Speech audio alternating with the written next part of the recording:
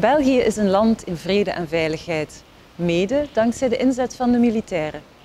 Mannen en vrouwen die bij een indiensttreding verklaren dat ze zelfs met gevaar voor eigen leven hun job zullen uitvoeren. De militaire job is meer dan een beroep. Het is een unieke levenswijze. Een gezonde geest in een gezond lichaam vergt een continue training tijdens en buiten de diensturen. Op een onbewaakt moment in Afghanistan sloeg het noodlot toe voor Benoit. Hij kreeg een kogel in het been en doorstaat sindsdien dagelijks helse pijnen. Bonjour, je m'appelle Benoit. Je suis en concubinage, j'ai un enfant. J'étais militaire, je ne le suis plus suite à un accident, donc survenu en mission en 2012. J'ai 7 missions à mon actif, dont la dernière a été vraiment la dernière et qui a sonné le terme de la carrière militaire. Pour la dernière mission que j'ai effectuée, c'était en 2012 en Afghanistan, au sein de l'ANA, donc à l'école militaire afghane. On était dans un cadre international comme mentor. Je vais dire tout en se faisant cette mission. On était dans un cadre interallié, donc c'était dirigé par des Allemands, mais au sein de ce team, il y avait des Allemands, des Norvégiens, des Suédois, des Croates, enfin plusieurs nationalités.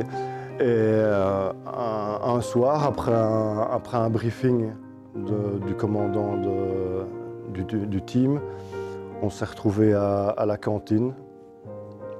Pas dire pour boire un verre, parce que l'alcool c'était tolérance zéro, mais pour un peu détendre l'atmosphère et tout ce qui s'ensuit.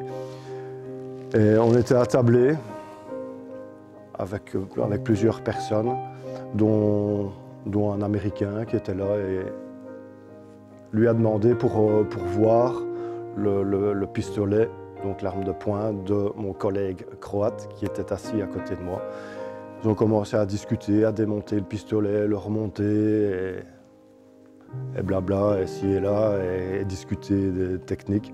Et quand ça a été terminé, mon collègue croate a remonté son arme, a remis son chargeur, a fait ses mesures de sécurité, entre guillemets, mais avec le chargeur sur l'arme, a mis son pistolet sur le côté, mais en direction de ma jambe, et a tiré.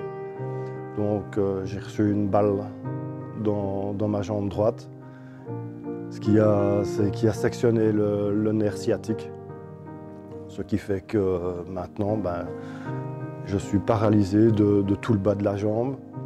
Je n'ai plus aucune mobilité au niveau de ma cheville. J'ai des douleurs neuropathiques permanentes et ça a entraîné la fin de ma carrière militaire. Voilà. Parce que vu que en soi la blessure est très simple et qu'il n'y a pas de traitement à faire non plus, voilà. Après cette opération et après cette hospitalisation, je ne savais plus bouger ma jambe du tout. Mon genou était plié à 90 degrés. Je ne savais plus le déplier.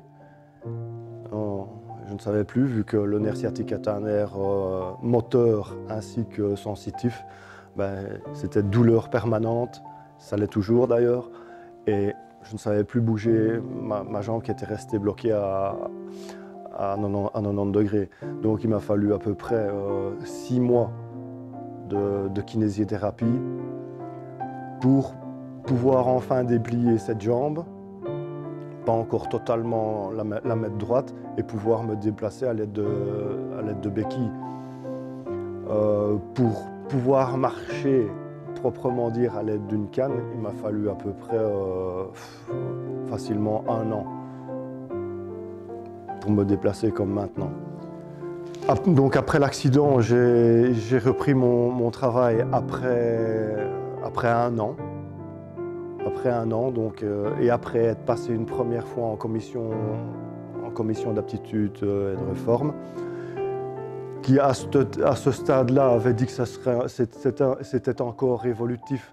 Donc que je pouvais reprendre le travail sans être pensionné définitivement, puisqu'ils ne savaient pas si c'était définitif.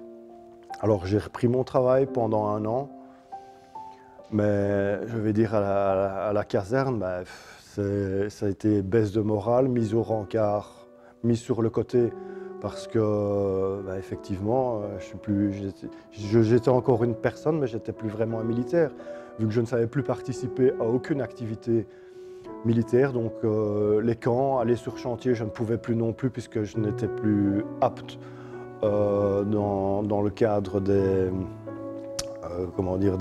inspections médicales. Je n'avais plus, voilà, donc je n'avais plus l'autorisation de me rendre sur les chantiers, vu que je ne savais plus non plus mettre les équipements de sécurité, notamment les bottines de sécurité. Donc j'étais condamné dans un bureau à faire de la paperasse, entre guillemets. Et de plus, vu les douleurs, je ne sais pas rester longtemps assis, je ne sais pas rester longtemps debout.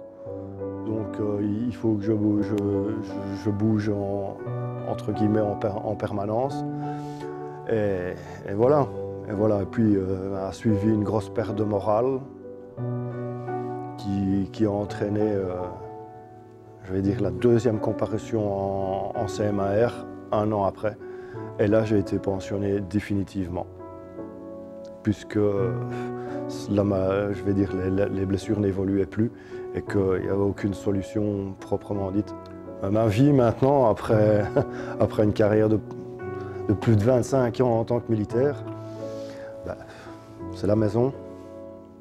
Je m'occupe à la maison, mais c'est pas facile.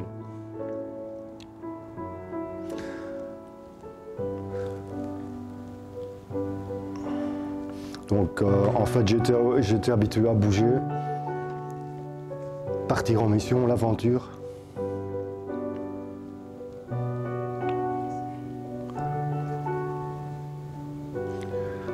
Et c'est fini, voilà. Ça fait assez mal. Donc, dans les mois qui suivent, je vais dire, l'accident, il faut pouvoir débourser. Il faut pouvoir avoir quelque chose. Il faut pouvoir, comme on dit, un bas de laine pour pouvoir avancer les frais médicaux avant d'être remboursé. Donc, financièrement, je veux dire, avec un salaire, ça va. Mais s'il y avait baisse de salaire, ce serait pas possible. Ce serait pas possible. Met deze reeks willen wij geen medelijden opwekken, noch willen wij inspelen op de emotie van de kijker. Elke video vertelt het verhaal van een militair die met hart en ziel meer dan zijn plicht deed, maar door de aard van zijn beroep vroeg of laat, op een bepaald moment of na een lange periode medische problemen kreeg. Wij laten je kennismaken met de mens achter de militair, met de mens achter de plicht. En wij vragen enkel waar die mens recht op heeft. Respect voor de militair. J'ai appris que le SLFP allait ouvrir une pétition contre cette nouvelle réforme du service maladie qui engendrerait une baisse de salaire. Et franchement, avec le cas que j'ai vécu, un accident, une maladie, on ne prévoit pas. Donc, si vous avez l'occasion de la signer, et vous en aurez, signez-la, c'est très important.